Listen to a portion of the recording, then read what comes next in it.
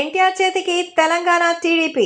Junior NTR ఎలాగూ హైదరాబాద్లోనే ఉంటారు కాబట్టి హైదరాబాద్లో తెలంగాణకి సంబంధించినటువంటి ఆ ప్రాంతాల్లో మరి తెలుగుదేశం పార్టీ చక్రం తిప్పే నాయకుడు లేడు. అందుకే 2024 ఎలక్షన్స్లో కూడా టీడీపీ పోటీ చేయకుండా వెనక్కి వచ్చింది. దీంతో యునానిమస్ విజయం కాంగ్రెస్కి దక్కింది.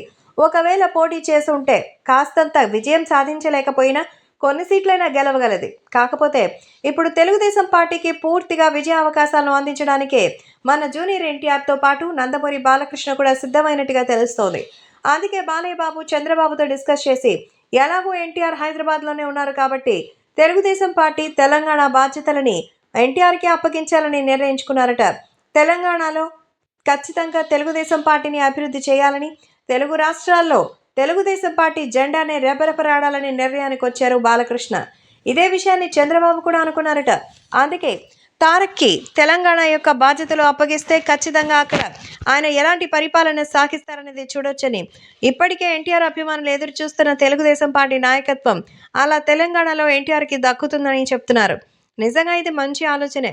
ఇక్కడ చంద్రబాబు నాయుడు గారు పరిపాలన సాగిస్తున్నటువంటి తరుణంలో మంచి ఫాలోవర్గా ఉన్నటువంటి ఎన్టీఆర్ని తెలంగాణ తెలుగుదేశం పార్టీకి నాయకుడిగా చేయడంలో తప్పేం లేదు అంటున్నారు. నందమూరి బాలకృష్ణ ఈ ఆలోచనకి దారితీయగా ఈ విషయంపై డిస్కస్ చేయడానికి సిద్ధమవుతుందట నందమూరి ఫ్యామిలీ.